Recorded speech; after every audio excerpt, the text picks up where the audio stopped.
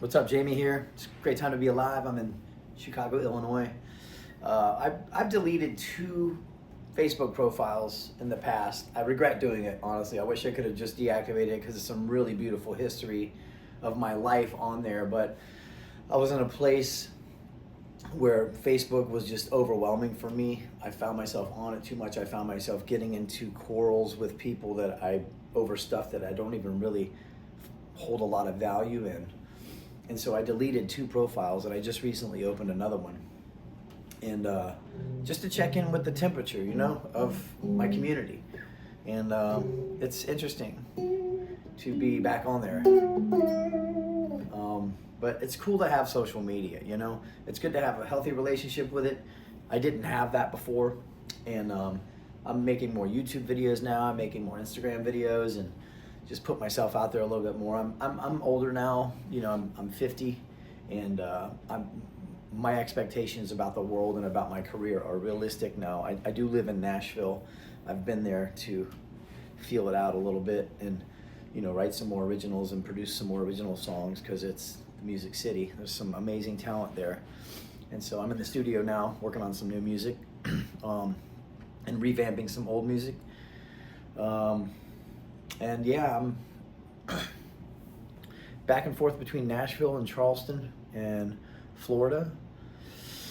And of course I travel for my job. So I'm in Chicago this weekend. I'll be in Asheville, North Carolina next weekend. And then Atlanta, Cancun, Mexico. I've never been there before, so that's gonna be fun. And I'm just taking it one day at a time. I have no idea what the future holds. I really try to stay in the present moment and not dwell on the future or the past. And that can be a challenge in itself when you have an overactive mind like mine.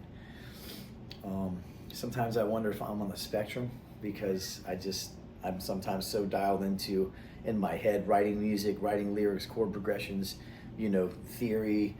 I'm always creating in my head. So I may appear to be like not even present in the room sometimes, and that's the truth. Like, if you've ever witnessed me with a spaced look on my face, I'm writing a tune or I'm thinking about guitar, and it's just been ingrained in me since I was super young. Like, I'm the first generation musician. I fell in love with the guitar thanks to this guy named Bubba Rohr, Jason Rohr. I love you, man.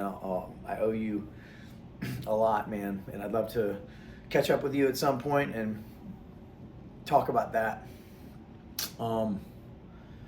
Yeah, so guitar has been everything for me. I always wanted to be the fastest, the best, and I've recorded great music. I've played in some bands. When I was 17, I was fronting a metal band called Jesus Wept. It was awesome, and I've always loved metal. And I had a dream last night that I would become the singer of Megadeth, and it was crazy. Like, that's just my life, and I lost my train of thought. Oh, sometimes I think I'm on the spectrum or whatever, but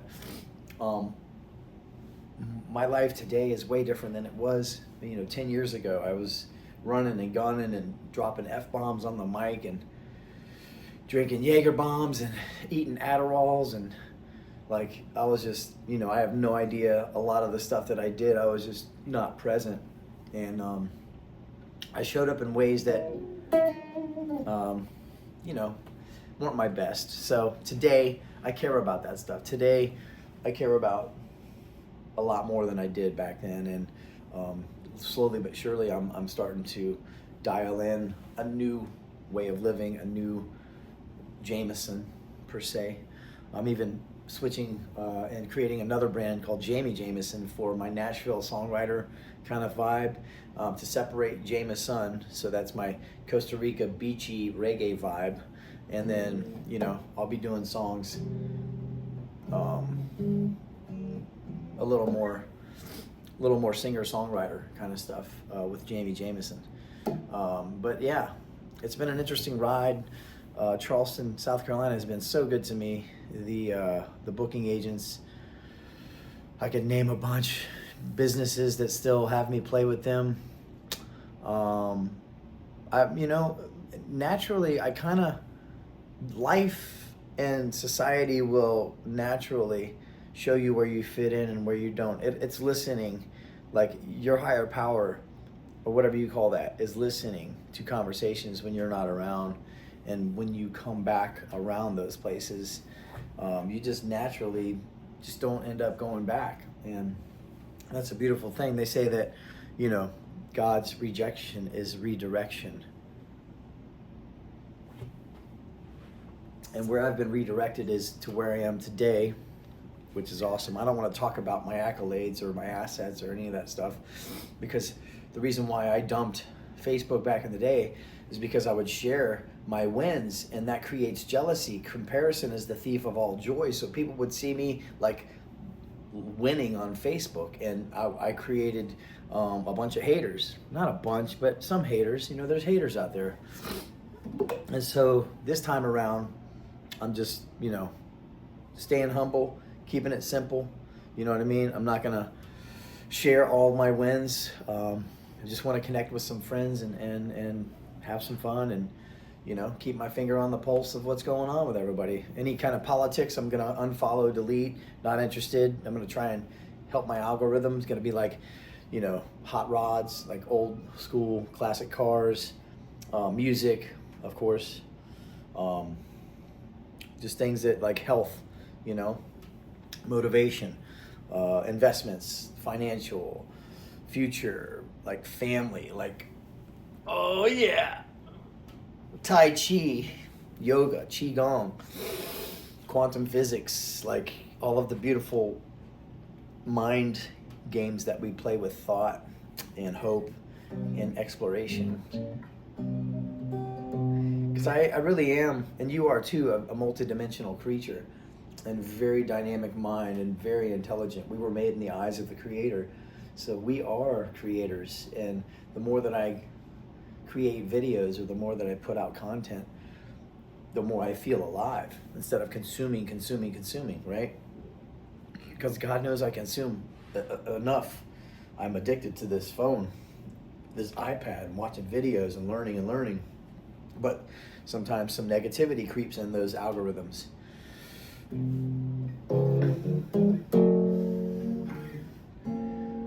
My favorite chord, B minor, G, D. Can't go wrong. And then reverse it. And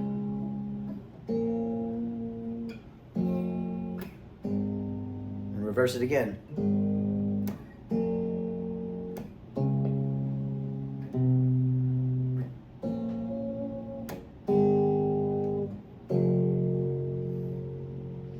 That's all you need right there.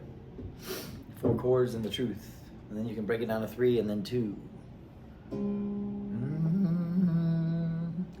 Graham Worley says, create something even if it sucks.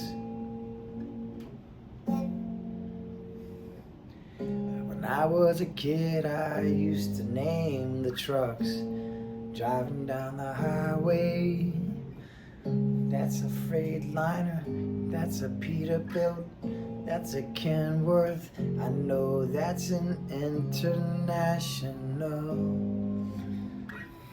My mind was sharp, and I was young, and I had hope, and I loved my family.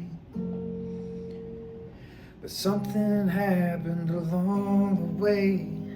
We all went our separate ways. I long to be back in that car, driving down the interstate with my mom and dad, and my brothers and sister too, going to Disney World. We were so excited to be on the road, taking us away from the normal everyday. I know that I'll see them again, just not now, 'cause we're all going through our own Armageddon. Yes, it's a spiritual warfare, I know. want so bad to say I love you, and I miss your face and the way that we would race down the hallway at our home. And my little brother ran into the heater and screamed, and it shook my soul with pain. I felt it with him.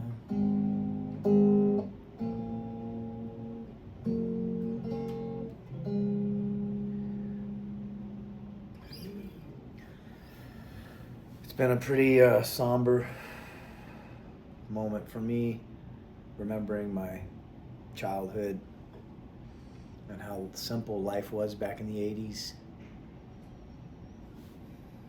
and how complicated it is today and how disconnected we are from family. And if you have a good family and you have loved ones and you have, a good life and you have a balanced life and you have love in your life and you have family that still talks to each other and loves each other and respects each other, you are a billionaire. It's nothing to do with your money. Money comes and goes. I've got enough money to pretty much do whatever I want right now, and I'm not as happy as I should be because there's conflict in my family. People that I love dearly, I tried to help out, and their jealousy of me, stepped in, their arrogance and their entitlement stepped in, and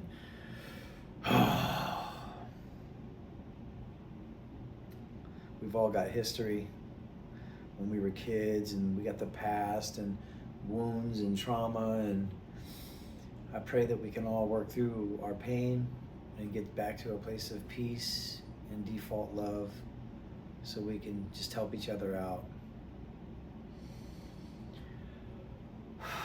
I think that darkness needs to show up for us to see the light. And recently there's been a lot of darkness, and I'm praying that we're on the upswing back towards the light. And those people in power only have so much power, because my dealings with the government are as simple as me having to pay my taxes and go build my own resources, not depending on anybody. Thank God I have my health. I have fingers and toes and legs and a mind and a voice and technology and a means to go make a living. I could go learn a trade. I could go pick up trash. I could go roof houses or whatever. I can do things to make money. I can learn how to balance that money. I can feed myself and create shelter for myself and eventually build on that to where I can do it for other people. And that's all I ever really wanted to do. I wanted to take care of my family, But there's jealousy there, there's hate, there's anger, there's too much history there, but we've got stories, and I think we have to work through those stories and come 360 back to love, back to being those children, those inner children that we have within ourselves, to get back to that innocence. So God, please bring us back to our innocence. Please forgive those that are needing direction. Please help those that are sick and suffering. Please save my family from the addictions and from the mental illness. And please save anyone who's needing to be saved right now, in whatever form that may be. If it's somebody on the cold streets, or somebody without food, or somebody that has family they're struggling with, please be with them and guide them through to the other side of a beautiful paradise on earth for the rest of eternity. In Jesus' name, amen. Intention is everything. As I get older, looks fade, looks fade, and it makes me go inside more. Who am I as a person, as a product of humanity, a product of love, of service, right? Because I want to leave a legacy of good memories, I used to have an amazing sense of humor. I used to make people laugh all the time. I was a class clown, but I was also inconsiderate of some of the things that was coming out of my mouth, and some of the things that were coming out of my mouth. See, I have to still correct my grammar. And so today I'm slower to talk, slower to react. I still fall short with that. But I want my legacy to be, you know, the day I pass, you know, I want people on the last few minutes that my name is even in the cosmos, you know, because when you die, you know, at the funeral, like people are mourning you, yeah, but then they're starting to make arrangements for the food and then comforting, and then a couple weeks go by and you're not even thought about it anymore. That's the reality of it.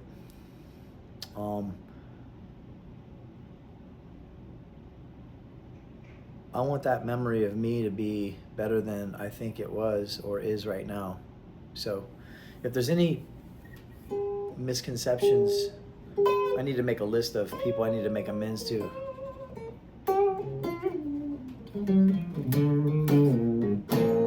And yeah, I need to clear up. I need to clean up my side of the street.